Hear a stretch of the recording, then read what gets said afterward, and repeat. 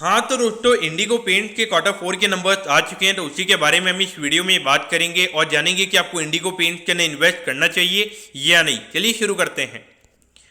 तो देखिए, सबसे पहले तो यहाँ पे शेयर होल्डर्स के लिए एक अच्छी बात है, क्योंकि कंपनी ने यहाँ पे 3.5 रुपये का डिविडेंड डिक्लेयर किया है। यानी कि अगर आपके पास में 1000 शेयर पड़े हुए तो आपको यहाँ पे 3,500 रुपये का डिविडेंड मिलेगा। अब अगर हम रेवेन्यू की अगर हम बात करेंगे तो पिछले क्वार्टर में के कंपेरिजन में 15% से रेवेन्यू का ग्रोथ हमें यहाँ पे देखने को मिला है और ये नंबर आया है 325 करोड़ पे। अगर हम प्रॉफिटेबिलिटी की बात करेंगे तो ये नंबर 84% से बढ़ा है और ये नंबर आया है 48 करोड़ पे। यहाँ पे दो रीजन है, एक तो जो प्रॉफिटेबिलिटी का जो लोअर बेस इफेक्ट है उसकी वजह से हमें यहाँ पे इतना अच्छा ग्रोथ देखने को मिल रहा है परसेंटेज वाइज, और उसके अलावा अगर आप देखोगे तो यहाँ पे जो कंपनी के मार्जिन है वो हमें यहाँ पे इंप्रूव होते हुए नजर आए हैं, क्योंकि पिछले कुछ क्वार्टर में जो लगातार जो रॉ मटेरियल की जो कॉस्ट का प्रेशर हमें कंपनी के ऊपर देखने को मिल रहा था, तो कहीं ना कहीं यहाँ पे इंप्रूव होता हुआ नजर आ रहा है। अगर हम ईयर ऑन ईयर बेसिस की अगर हम बात करेंगे तो यहाँ पे भी लगभग 12% का रेवेन्यू ग्रोथ हमें कंपनी का नजर आता है, लेकिन यहाँ पर भी एक अच्छा खासा मार्जिन इंप्रूवमेंट हमें देखने को मिला है, क्योंकि अराउंड 41% से जो कंपनी के नेट प्रॉफिट के नंबर्स हैं वो हमें यहाँ पे बढ़ते हुए नजर आए हैं। तो ऑल ओवर देखा जाए तो यहाँ पे काफी फिनोमिनल ग्रोथ के नंबर्स हमें यहाँ पे कंपनी के देखने को मिल रहे हैं। और अगर हम इसके ये जो कंपनी के जो 12 महीने के लास्ट के कंपनी के नंबर्स है उसके हिसाब से अगर हम कंपनी के पी रेशियो की अगर हम बात करेंगे तो अराउंड 55 के लगभग यहाँ पे कंपनी का पी रेशियो आ चुका है।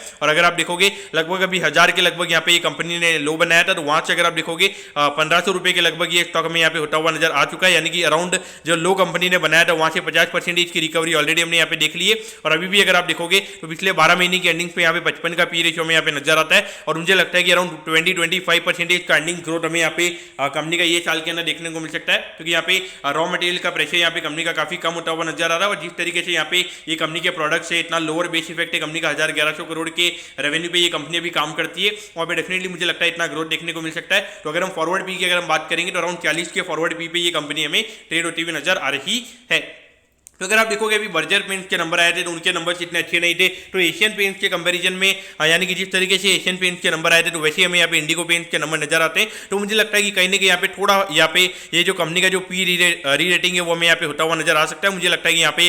थोड़ा एक अच्छी खासी रैली हमें यहाँ पे जब मार्केट यहाँ पे अच्छी खासी मार्केट में रैली स्टार्ट होगी तो मुझे लगता है कि इंडिगो पेंट्स में भी हमें रैली देखने को मिलेगी। तो पॉइंट ऑफ व्यू से अगर आपने long term point of view से लिया हुआ है तो मेरे ख्याल से बने रहिए। अगर आपको बाय करना है, अगर आपकी बाय करने की इच्छा आपको लग रहा है कि नीचे से 50% रिकवर कर गया है, तो वो नहीं देखना चाहिए कि आपने ये देखना चाहिए कि अभी भी ऑल टाइम हाई से 50% से ज्यादा ये स्टॉक नीचे ट्रेड हो रहा है। फॉरवर्ड भी वैल्यूएशन वाइज अगर देखा जाए तो ग्रोथ के कंपैरिजन में मुझे पी यहाँ पे नॉर्मल नजर आता है, तो मेरे ख्याल से डेफिनेटली एक बाय करना चाहिए। लेकिन कुछ एक्स्ट्राऑर्डिनरी रिटर्न की एक्सपेक्टेशन नहीं होनी चाहिए, लेकिन मुझे लगता है कि अराउंड 20-25% किए जा रही है कंपनी आपको आने वाले 3 से 4 साल में करती हुई नजर आएगी। तो पॉइंट ऑफ व्यू से अगर आपके कोई भी क्वेरीज है रिजल्ट से रिलेटेड तो आप कमेंट में कमेंट कर सकते हो, मैं जरूर आपके कमेंट पर रिप्लाई करूंगा। ओके दोस्तों, thank you, have a nice day.